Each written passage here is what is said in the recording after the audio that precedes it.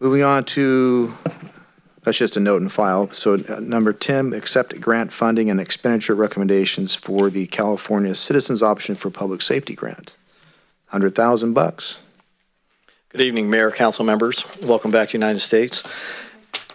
Today's item before you is a public hearing, and it's to do with the COPS grant, which is a California Citizens Option for Public Safety, which is awarded by the state depending on the budget priorities of the state each year. This year, we are awarded $100,000. It has to be used for frontline law enforcement purposes and may not be used to supplant any existing law enforcement services currently provided by the city. What we do traditionally at the Yuba City Police Department is we take input from staff, we talk to the IT department, and then we get together as a group and we try to get the maximum exposure or the maximum bang for our buck out of the $100,000. So we've been doing this for the past probably 20 years or so. Last year, we used the majority of the money for a three-dimensional imaging scanner, which basically brings a crime scene to life, and it makes it very realistic for a courtroom scenario for us to show a very major crime scenario, an accident, and be able to point out things that a camera couldn't do as much justice as you can through that. So that was our big expenditure last year. This year, based on recommendations from the staff, we've come up with several different items. The largest item that we have is called Evidence on Queue, which is a property and evidence management system needed to streamline the evidence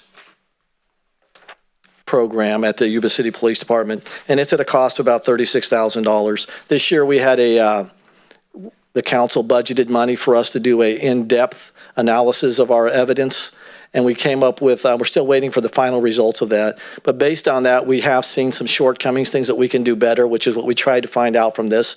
And this is one of the items that was recommended to us is a program that'll help us document and keep track of the items better.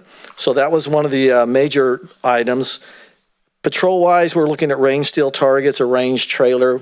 Currently, we share our shooting range, where we're allowed to use the shooting range at Whitaker Hall down at Sutter County Training Center, but we don't have the ability to store all our property, the range and all the weapons and the targets and everything else. So what we do is we make do by transporting it back and forth in the police department. We do need a trailer for that to save on time. We can park the trailer at the police department.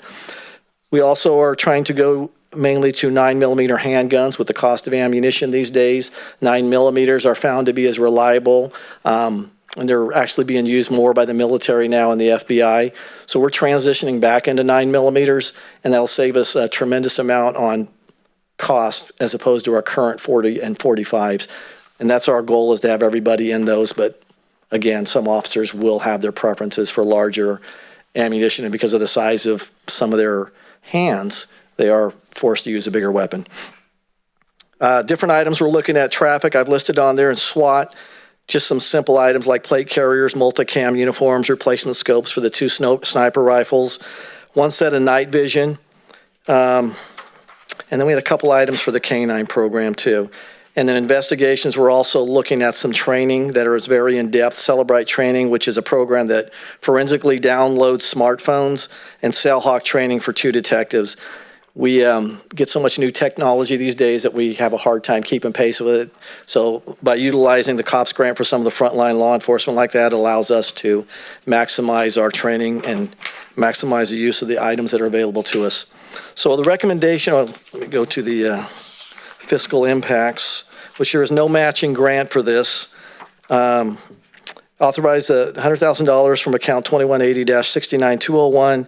Authorize the finance director to make a supplemental budget appropriation for grant revenues, and there is no matching funds. It's strictly taxpayers' money going into this. The recommendation is to adopt the resolution authorizing the chief of police to accept the fiscal year 2019-20 California Citizens Option for Public Safety funding and approve expenditure recommendations. B is to authorize the chief financial officer to make budget adjustments as necessary.